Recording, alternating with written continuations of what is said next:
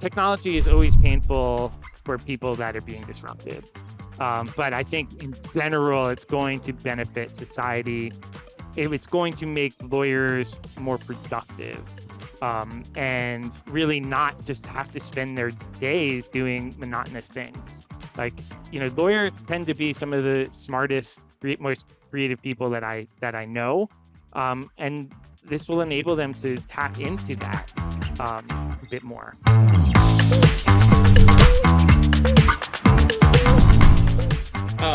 I'm going to ask you to take off your business hat, take off your lawyer hat, and just fully embrace the inner nerd. Um, what is the coolest thing that you see in the market right now? What gets you really excited and why? Yeah, I think it's hard for me to remove those hats, even though I am like a free agent technically on summer vacation right now. Because the generative AI stuff, I just find it so interesting, and there's so many opportunities and applications for it. For instance, like I'm really interested in legal technology, and I think that generative AI has the ability to really transform how the practice of law is conducted. Now, some of Yes. it is has gotten off to a really bad start, like doing case research. Generative AI is not good at that, and I is think we may probably, have seen some made up case citations pop into the news over yeah, the last year or two. yeah. But something that it can be really good at is like contract review, right? Yeah. Because if it knows what's a good contract and it's reviewed many of them, I mean that can, and there's a bunch of startups that are doing this. I saw that there's one called Harvey, which is a legal tech startup that is now a unicorn. It's like I mean that's hard to do in the legal tech space. And it's really interesting to see what they're going to do. And they're not the only ones. There's a bunch Yeah. that are doing that sort of thing. I think that it's going to be hard to differentiate in that space because a lot of it is still built on these foundation models like ChatGPT that are, or whatever, insert foundation model, and then are trained, on specific contracts or something. um, it's going to be hard to have like not all of them be the same. And so how does somebody to really prove to the legal consumer that this is actually worth buying a subscription for?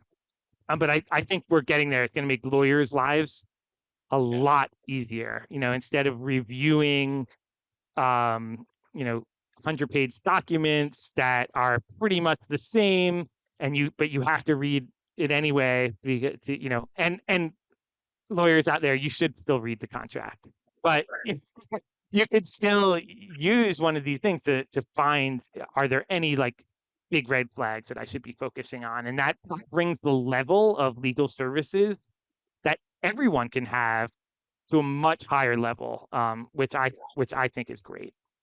I think that's super cool too, and I share your enthusiasm. As a not, I'm certainly not a lawyer myself. I don't think I have the constitution to be that detail oriented, but but in the legal tech space as well as broadly, like your point, you just said, hey, lawyers, you should still read that, but you had to say that because we're all staring at a future that is an unknown number of months or years away, but it's there. Where probably that's not going to be part of a lawyer's job, right? Or it's going to Yeah, look very different, right?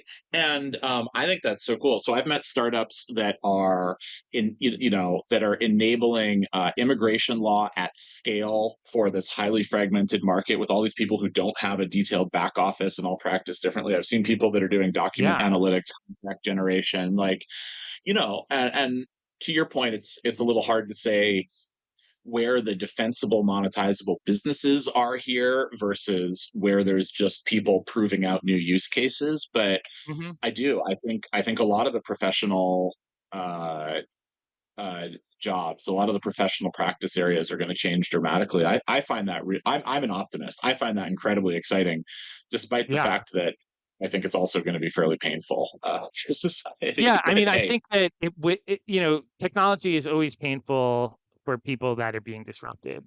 Yeah. But I think in general, it's going to benefit society. It's going to make lawyers more productive, and really not just have to spend their days doing monotonous things. Like, lawyers tend to be some of the smartest, most creative people that I know, and this will enable them to tap into that a bit more. And So it may make it a lot easier for, say, early stage startup to actually start thinking about compliance and regulations, and the things that we were talking about that are currently hard and expensive.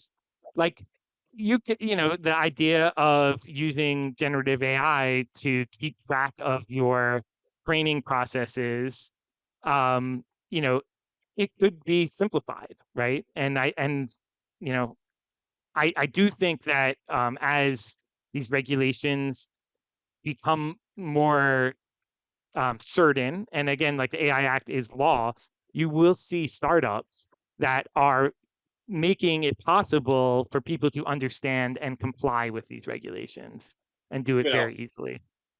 and it's I think that's so important, and it is actually in every industry. I think I this is one of those I think overlooked use cases. I haven't seen a lot of people acting against it yet, but I think it's coming because I've seen the groundswell of demand. Is actually understanding, staying on top of, and interpreting complex and ever shifting regulations, right? So there's Yeah, regulatory framework around AI or crypto or whatever, but sometimes there's basic things like, what's the latest on tariffs and import export law, and I'm trying to move goods around the world, and yikes, right? And you have yeah, 250 jurisdictions and stuff like that. And yeah, so totally. really cool. Yeah, I mean, I think Gen AI can be very good at that, especially if it's established law. I think where it falls down a little bit is on the evolving stuff, right? Yeah. That's one of the reasons why it's not good at case law, right? Because there may be something that came out yesterday that impacts the precedent from the case, and it's not constantly being updated, right? Just the economics of training these things. They don't get trained every day. But people will figure that out. There are already, AI bots that go out and search the internet for the latest thing. But again, you need to be have some sort of confidence that what you're reading is accurate, not just other Welcome, garbage that was created by Gen AI. welcome to the world these days of increasing uncertainty.